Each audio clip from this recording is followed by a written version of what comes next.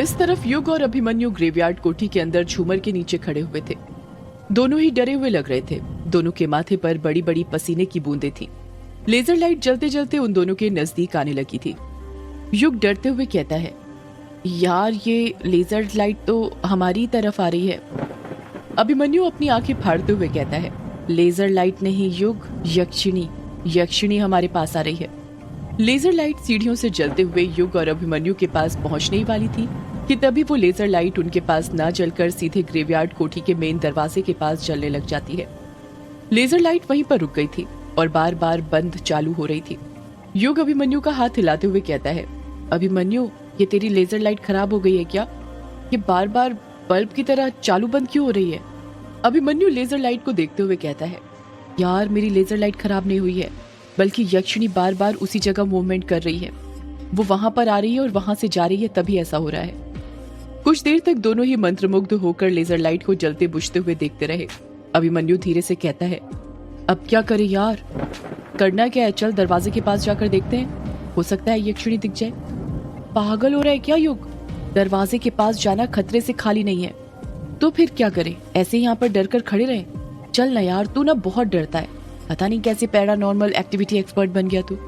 इतना कहकर युग अपने कदम दरवाजे की ओर बढ़ाने लग जाता है। अभिमन्यु भी उसके पीछे पीछे जाने लग जाता है। वो दोनों दरवाजे के पास पहुंचने ही वाले थे कि लेजर लाइट जलनी बंद हो जाती है। कोठी में फिर एक बार अंधेरा छा जाता है, पर अभिमन्यु और युग के हाथों में मोमबत्ती थी, जिस कारण उन्हें आसपास की कुछ चीजें दिखाई दे रही थी। युग अभिमन्यु से कहता है, यार ये लाइट जलनी बंद क्यों हो गई? अभिमन्यु कहता है, शायद यक्षिणी यहाँ से चली गई, इसी वजह से बंद हो गई। युग मोमबत्ती की रोशनी के सहारे अपने आसपास यक्षिणी को ढूंढने लग जाता है। वो यक्षिणी को ढूंढ ही रहा था कि तभी उसे किसी के कदमों की आहट सुनाई देती है। युग हैरानी के साथ अभिमन्यु से पूछता है, अभिमन्यु तूने आवाज सुनी? हाँ सुनी यार, ये आवाज तो बाहर से आ रही है। इसका मतलब ये है कि बाहर कोई है। इतना कहकर बिना कुछ सोचे समझे युग दरवाजा खोलने लग जाता है। अभिमन्यु युग को रोकने के लिए अपना हाथ आगे बढ़ाता है, पर उससे पहले ही झटके के साथ युग दरवाजा खोल देता है। जब दरवाजा खुलता है तो वो देखते हैं कि दरवाजे के बाहर कायर और कछुआ खड़े हुए थे। दोनों के ही हाथ में शराब की एक एक बोतल थी। दोनों को ही देखकर ऐसा लग रहा था जैसे दोनों ने खूब शराब पीकर रखी हुई थी। अभिमन्यु अपना गला फाड़ते हुए कहता है, तुम दोनों यहाँ पर? कायर नशे में अपनी जगह पर हिलते हुए कहता है, हम दोनों नहीं होंगे तो कौन होगा? तुम दोनों को क्या लगा, तुम दोनों अकेले अकेले कार्यक्रम कर लोगे और हमें पता भी नहीं चलेगा?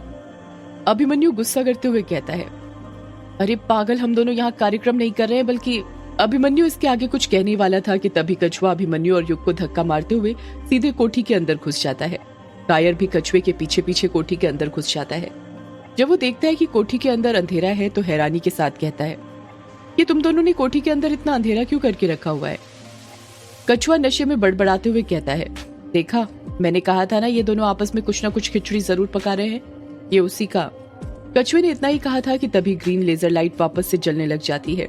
एक ही वक्त में लेजर लाइट ग्रेवयार्ड कोठी के अलग अलग हिस्से में चल रही थी। कभी वो रूम नंबर 666 के पास जल रही थी, तो कभी सीढ़ियों पर, तो कभी हॉल में लगे झूमर के नीचे।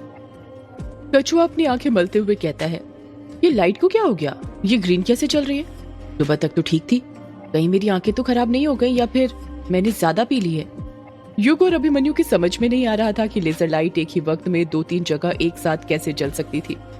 अचानक से कोठी की सारी लाइटें चालू हो जाती हैं और कोठी में उजाला हो जाता है। युग और अभिमन्यु की आंखें चमक जाती हैं और जब उनकी नजरें कोठी में लगी लाइट के स्विच बोर्ड के पास पड़ती हैं तो वो देखते हैं कि वहां पर कायर खड़ा हुआ था, जिसने लाइट का स्विच ऑन कर दिया था। कायर नशे में कहता है, ये कमीने युग और अभिमन्यु ने लाइट बंद करके रखी थी, उसी के कारण ऐसा लग रहा था, साले बिजली का बिल बचा रहे थे। कछुआ कहता है, ये दोनों तो है ही कंजूस, अच्छा हुआ तूने लाइट ऑन कर दी, वरना मैं अंधेरे में पैक कैसे बनाता? अगर शराब गिर जाती तो?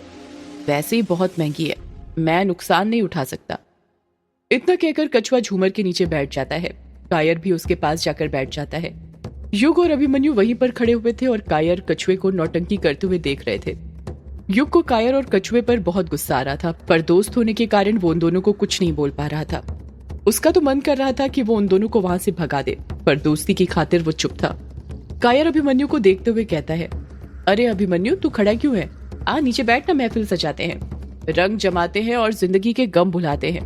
ये शराब ही तो है जिसे पीने के बाद सारे दर्द कम हो जाते हैं। अभिमन्यु कायर को मना करते हुए कहता है, आज मंगलवार है और मैं मंगलवार के दिन नहीं पीता। और वैसे भी तूने सुना नहीं है क्या, नशा शराब में होता तो नाचती बोतल, नशा शराब में नहीं इंसान के अंदर होता है। कछुआ मुंह बनाते हुए धीरे धीरे कहता है, क्या कहा तूने? तू मंगलवार के दिन नहीं पीता? तू क्या बजरंग बली का भक्त है क्या जो मंगल को नहीं पीता? भक्त तो नहीं, पर जिंदगी के कुछ उसूल है मेरे, तुम्हारी तरह नहीं कि जब जेब भारी हुई कि चले ठेके पर जेब खाली करने। कायर अपनी शर्ट के अंदर से डिस्पोजल निकालता है और फर्श पर रखते हुए कहता है, यार कछुए, तू इस अभिमन्यु को छोड़ना और जल्दी जल्दी पैक बना, इसे पीकर मेरे अंदर की आग को बुझाने दे। कछुआ शराब की बोतल का ढक्कन खोलते हुए कहता है, अरे अभी बनाता हूँ, 2 मिनट। इतना कहकर कछुआ दोनों डिस्पोजल में शराब डालने लग जाता है। डिस्पोजल में उसने शराब तो डाल दी थी, पर पानी उसे नहीं मिल रहा था। कछुआ बोतल ढूंढते हुए कहता है, अरे पानी की बोतल कहाँ पर है? कछुआ अपने सिर पर हाथ रखते हुए कहता है, अरे पानी की बोतल तो मैं वहीं दुकान पर भूल आया। कायर कछुए पर चिढ़ते हुए कहता है, तू न कछुए एक काम ढंग से नहीं करता है, सब कुछ भूल जाता है। अरे तू चिल्ला क्यों रहा है यार, पानी तो हमें यहीं मिल जाएगा। अरे जा युग, जरा पानी लेकर आना। युग गुस्से से कछुए को घूरने लग जाता है। कछुआ हंसते हुए कहता है, अरे घूर क्या रहा है, तेरी आंखों का पानी थोड़ी ना मांगा है, अंदर जा और पानी लेकर आ। युग गुस्से से कहता है, मैं नहीं ला रहा पानी, जिसे पीना है वो खुद किचन में जाए और लेकर आए। अभिमन्यु युग को समझाते हुए कहता है, युग मैं समझ रहा हूँ तुझे बहुत गुस्सा आ रहा है ना, इन दोनों पर मुझे भी आ रहा है, पर क्या करें, है तो अपने बचपन की दोस्त ही ना। देखिए दोनों बहुत नशे में हैं तो इन्हें समझाने का कुछ फायदा नहीं। ऐसा कर जल्दी पानी लाकर दे दे इन्हें, जितनी जल्दी ये पियेंगे, इन्हें चढ़ेगी, ये सोएंगे, उतनी ही जल्दी हम वापस से अपना काम आगे जारी रख सकते हैं। युग कुछ कहता उससे पहले ही कछुआ बड़बड़ाते हुए कहता है, अरे पानी पानी पानी कहाँ है, पानी हमको चाहिए, पानी पानी। अभिमन्यु चिढ़ते हुए कहता है, अरे हाँ बाबा ला रहा हूँ पानी, चिल्ला क्यों रहा है? युग तुझे नहीं लाना पानी, मत ला, मैं ही लाकर देता हूँ इन्हें। इतना कहकर अभिमन्यु किचन की ओर जाने लगता है। उसके जाने के बाद युग को जितनी गाली आती थी वो सारी मन ही मन कायर और कछुए को देने लगा। अभिमन्यु को गए हुए अभी कुछ ही देर हुई थी कि तभी उसे किसी की आवाज सुनाई देती है, अरे युग जरा यहाँ पर आना। अब क्या हुआ यार, तू पानी भी अकेले नहीं ला सकता क्या? इतना कहकर युग अपने कदम किचन की ओर बढ़ाने लग जाता है। इस तरफ तहखाने के अंदर अमोदिता और रजनी बैठे हुए थे। 3 बजने में 10 मिनट कम थे। अमोदिता को अभी भी दर्द हो रहा था। उसके पैर के अंगूठे पर खून जम चुका था। खून के कुछ छींटे फर्श पर भी पड़े हुए थे। रजनी अमोदिता की तरफ देखते हुए कहती है, अब हमें काम शुरू करना चाहिए। अमोदिता जल्दी से पूर्व दिशा की ओर मुंह करके बैठ जा। जैसे रजनी ने कहा था अमोदिता वैसा ही करती है। वो पूर्व की ओर मुंह करके बैठ जाती है। रजनी अमोदिता के सामने जाकर बैठ जाती है और वो पुड़िया जिसके अंदर उसने युग का बाल रखा हुआ था उसे खोलने लग जाती है।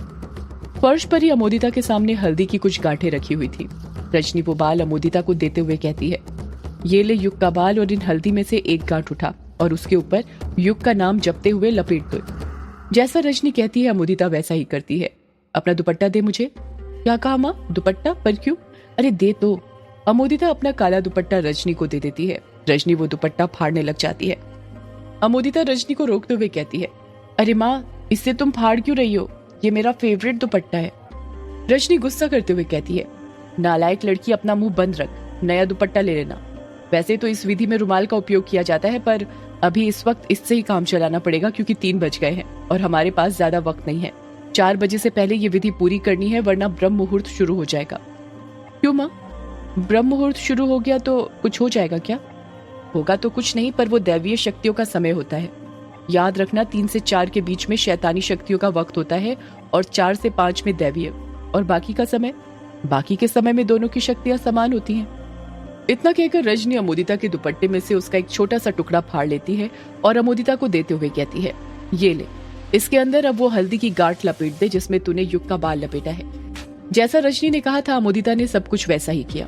रजनी अपनी बात को आगे जारी रखते हुए कहती है, देख वैसे तो एक आम लड़की को इस गांठ को 21 दिनों तक अपने सिरहाने में रखकर सोना पड़ता है और रोज वशीकरण मंत्र का जाप करना पड़ता है। उसके बाद किसी चौराहे पर जाकर इसे फेंकना पड़ता है, पर तू एक सौदाइन है, इसी का तुझे फायदा मिलेगा। तुझे 21 दिन का इंतजार नहीं करना, बल्कि आज रात ही चौराहे पर फेंक कर आना है, वो भी अकेले। अमोदिता डरते हुए कहती है, क्या कहा माँ तुमने, चौराहे पर जाना है वो भी अकेले? रजनी अमोदिता पर भिन्नाते हुए कहती है, तूने फिर डरना शुरू कर दिया।